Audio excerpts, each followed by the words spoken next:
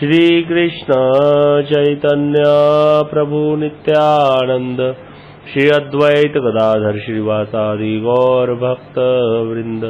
हरे कृष्ण कृष्ण कृष्ण हरे हरे, हरे राम राम राम हरे हरे। हरि बोल। हरे कृष्ण।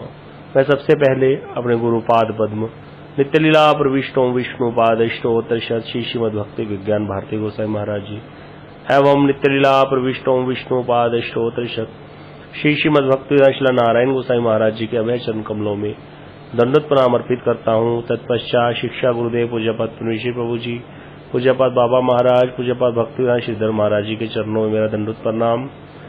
सभी मातृवृंद, भक्तवृंद, श्रोतृवृंद सबके चरणों में मेरा यथा योग्य दंडवत प्रणाम।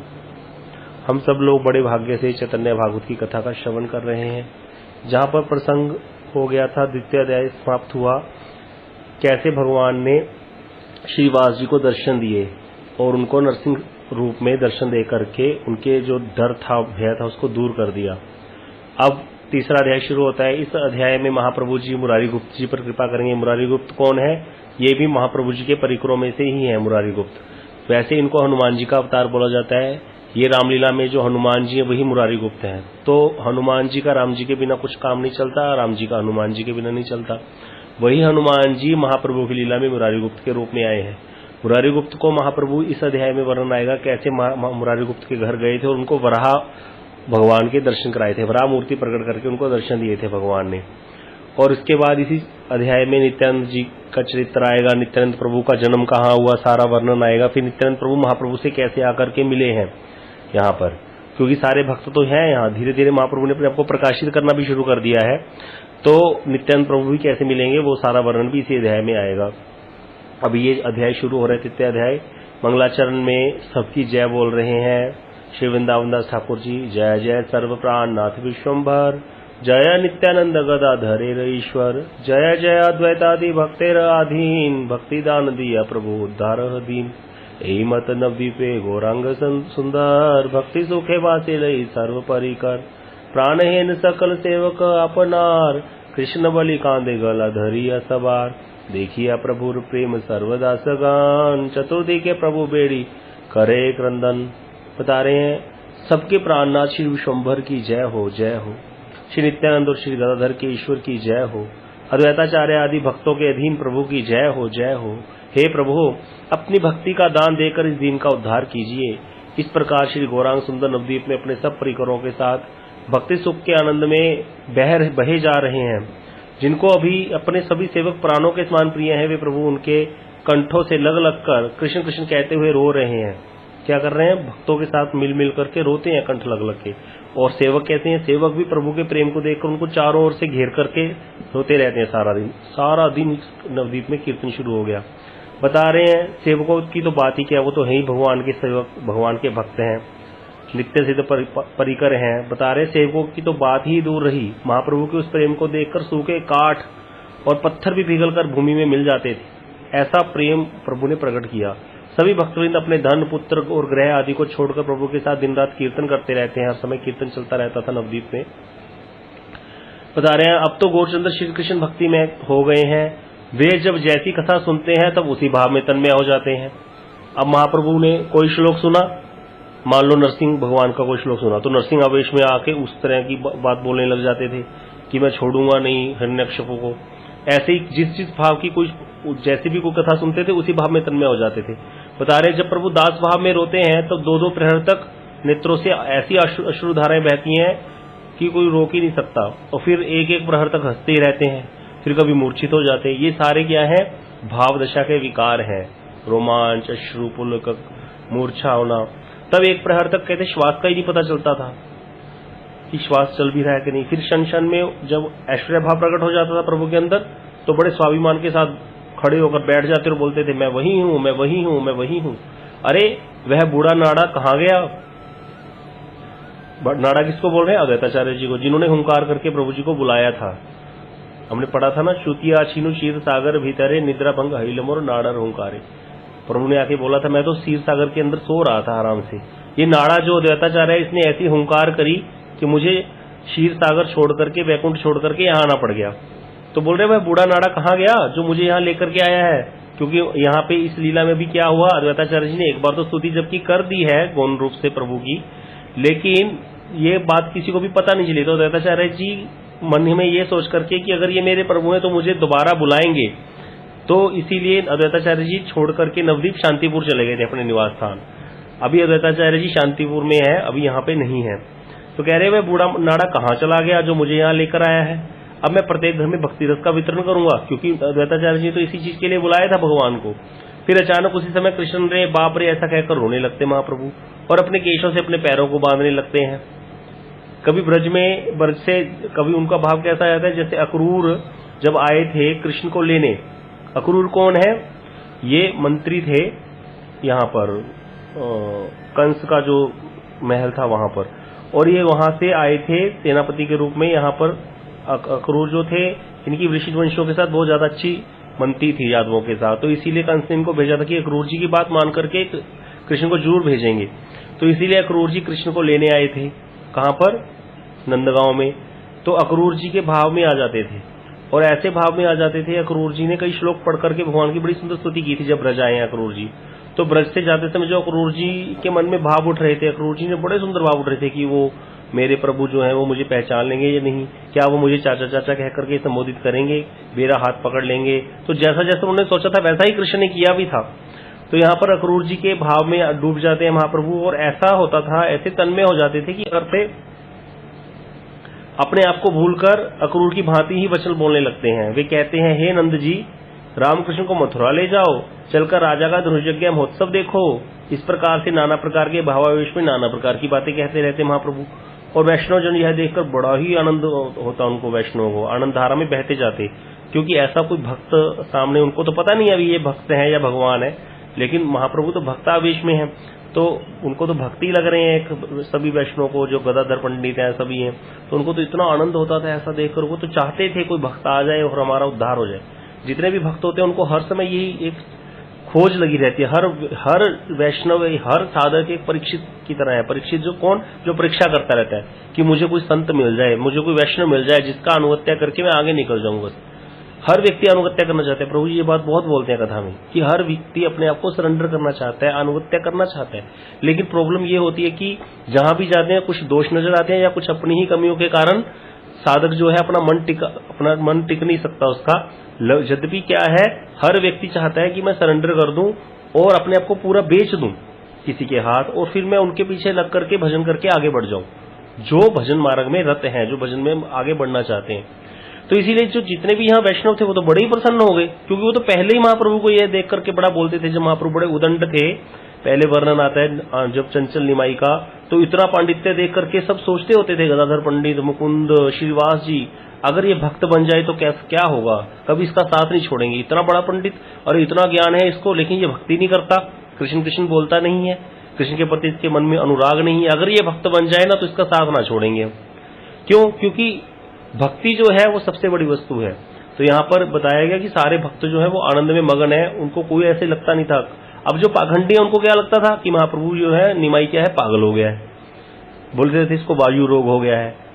पाखंडी लोग जो थे या जिनको भक्ति के बारे में कुछ पता नहीं है।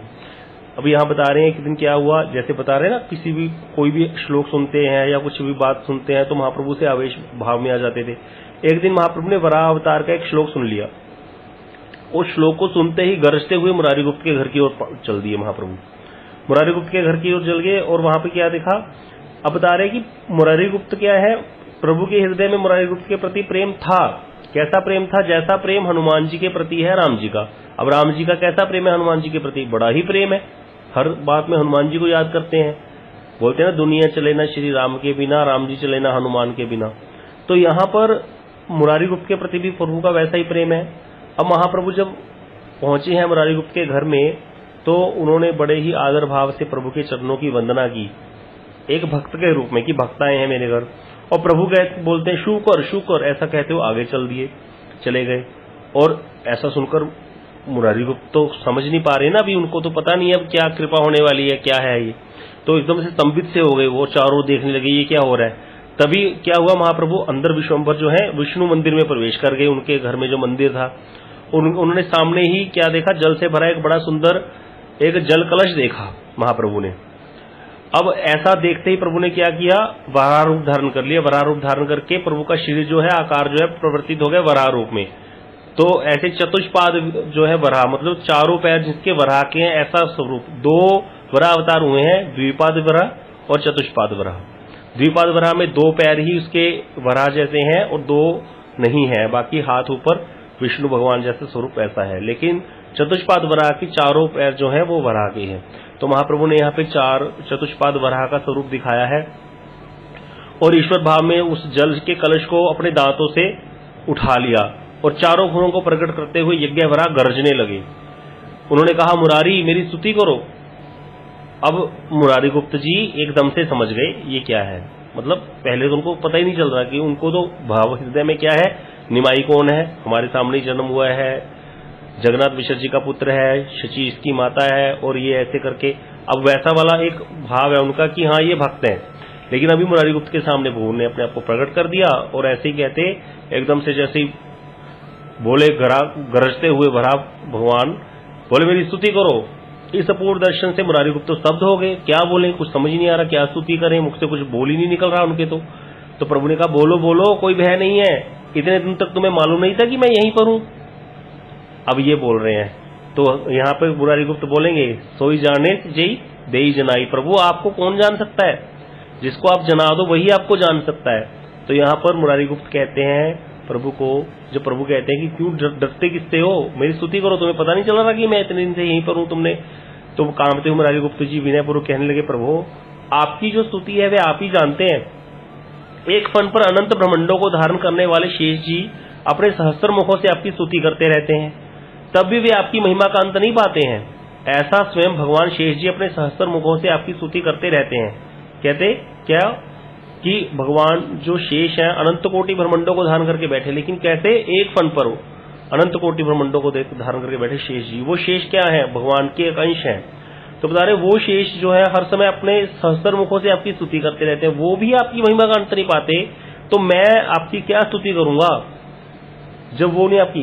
कहते ऐसा शेष जी कहते हैं, तो आपकी स्तुति करने में कौन समर्थ हो सकता है। बोले अब वेद जो है, चार वेद हैं, बोलते हैं सभी लोग वेदों के मत पे चलते हैं, जितने भी वर्णाश्रम धर्म का पालन करने वाले। बोले जिन वेदों के मत पर संसार चलता है प्रभु, वे वेद भी तो आपके संपूर्ण तत्व को नहीं जानते। वो वेद भी कहाँ नेति नेति कह करके चुप कर जाते हैं कि हम नहीं जानते, ना इति नहीं, आपकी व्याख्या नहीं कर सकते। वो भी महाप्रलय के समय जब आपके सिर्फ एक रोमकूप में लीन हो जाते हैं। वराह भगवान का ऐसा सुंदर विग्रह है, बताया जाते जब वराह अवतार हुआ तो उनके एक रोम में ही अनंत कोटि ब्रह्मांड दर्शन होते थे, ऐसा वराह अवतार था। तो बता रहे हैं कि यहाँ पर कि जो वेद हैं वो भी महाप्रलय के समय आपके रोमकूप में लीन हो जाते हैं।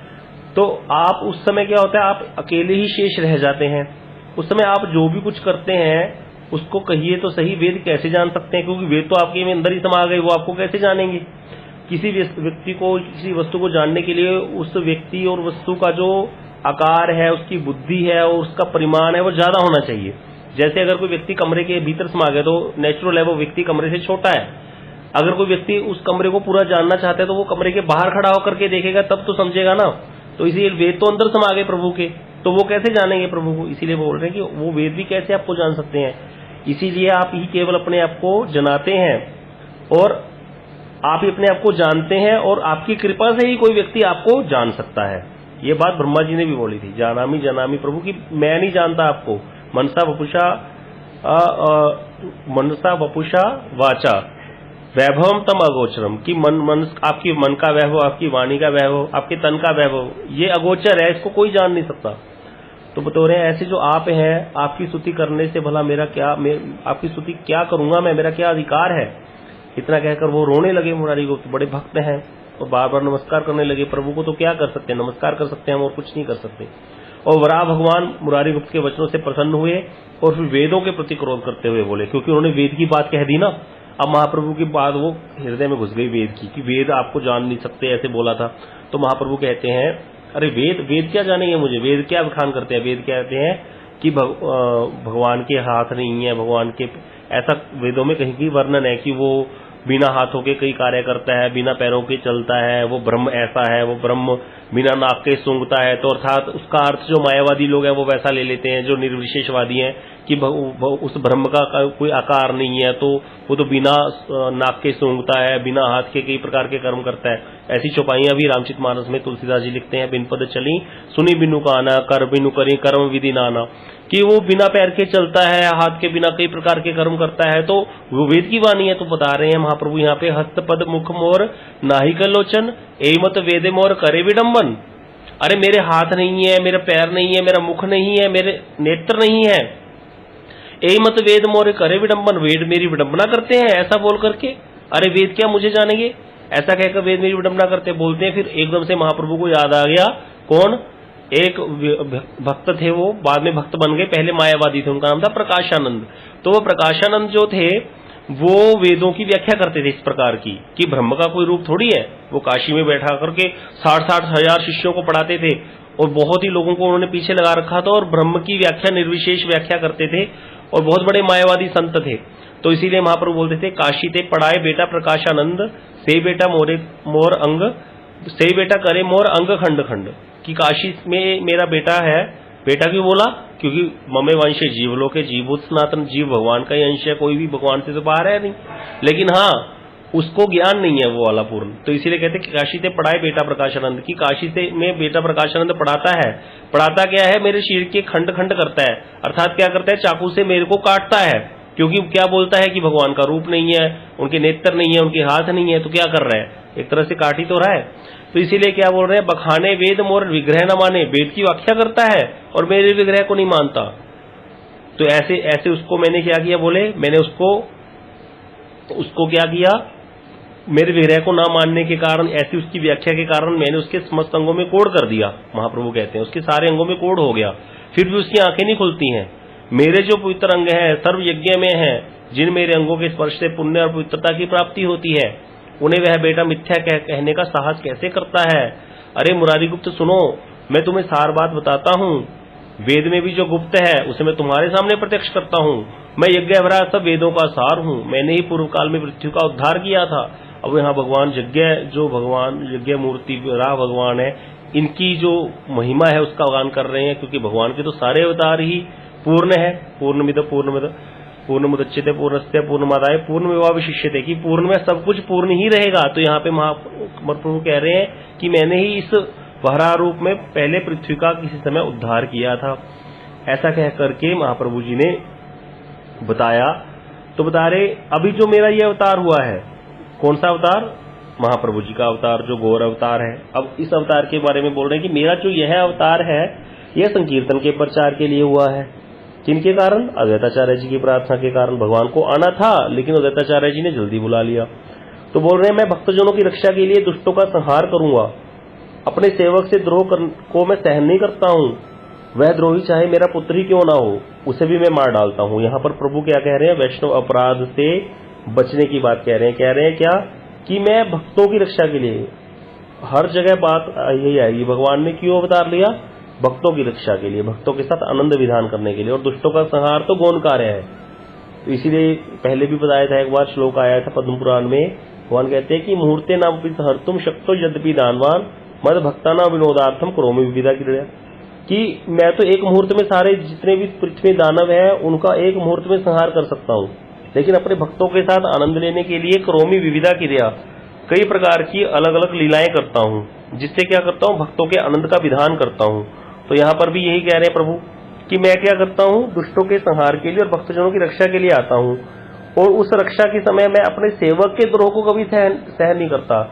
कई लोगों को देखा जाता है वैष्णव के साथ द्रोह बांध लेते हैं, वैष्णव के साथ थोड़ा मनमुटाव तो सबका होगा ही, हम बद्ध जीव हैं, ऐसा होता है, लेकिन किसी के पीछे ही पड़ जाना, उनकी निंदा करते रहना, हर समय एक ही बात को खोल के बैठ जाना, उससे क्या होता है, अपराध बनना शुरू हो जाता है, और उस व्यक्ति के संग में जो व्यक्ति जाएगा उसका भी नाश हो जाएगा। इसीलिए वैष्णव अपराध से बहुत ज्यादा ही बचना चाहिए। जो कैकई ये कह रही थी, संग का बहुत बड़ी बात है, संग किसका करते हैं हम, जो कैकई ये कह रही थी, जब मंथरा गई है सबसे पहले, उसने जाकर के बोला कि कैकई ने पूछा कि तेरा आज मुंह क्यों सोखा हुआ है, लगता है आज तुझे दोबारा जो लक्ष्मण है इसने कुछ सीख दे दी, मतलब लक्ष्मण ने कुछ मारा होगा तुम्हें। तो बोली मुझे कौन मार सकता है, मुझे क्या हो जाएगा, अरे राम राजा हो रहे हैं और अयोध्या में तो बधावे बज रहे हैं। ऐसा सुनते ही कैकेयी बड़ी प्रसन्न हुई थी, बोली थी अच्छा अगर ऐसी ही बात है तो तू बता तू चाहती क्या है, तुझे वो जो तू चाहती है वही तो मैं तुझे दे दूंगी। क्योंकि बड़ा भाई क्या होता है, राजा होता है, और छोटा भाई सेवक होता है। वो भरत सेवा करेगा और राम जी राजा होंगे, और क्या चाहिए। ऐसा भाव है कैकेयी का। जो कैकेयी ये कह रही है, थोड़ी ही देर बाद मंथरा की बातों में आकर के वो क्या बोलने लग गई थी कि मंथरा मैं तो भोली हूं, मुझे कुछ पता नहीं चलता अच्छे बुरे का, मुझे ये नहीं पता मेरा क्या किस चीज में मेरा कल्याण है। अगर आज तू कहेगी तो मैं कुएं में कूद जाऊंगी, और अगर तू कहेगी तो अपने पति को छोड़ दे, अपने पुत्र को छोड़ दे, तो मैं उसको भी छोड़ दूंगी, क्योंकि मुझे तो पता ही नहीं है कुछ। तो वो मंथरा के वश में हो गई, किससे, उस दुष्ट संग के कारण। वो दुष्ट संग देने आई है मंथरा। तो इसीलिए संग का बड़ा ध्यान रखना चाहिए। इस अध्याय में आगे यही बोलने वाले प्रभु बोल रहे हैं कि मैं भक्त के द्रोह को सहन नहीं करता हूं, वह द्रोही चाहे मेरा पुत्र ही क्यों ना हो। यहाँ पे प्रभु ये कह रहे हैं महाप्रभु। अब यहाँ पे कहते हैं मैं उसे भी मार डालता हूं, जो मेरे पुत्र का भी द्रोह करेगा मैं उसको भी मार डालूंगा, चाहे मेरा पुत्र ही क्यों ना हो, मैंने जना हो जिसको।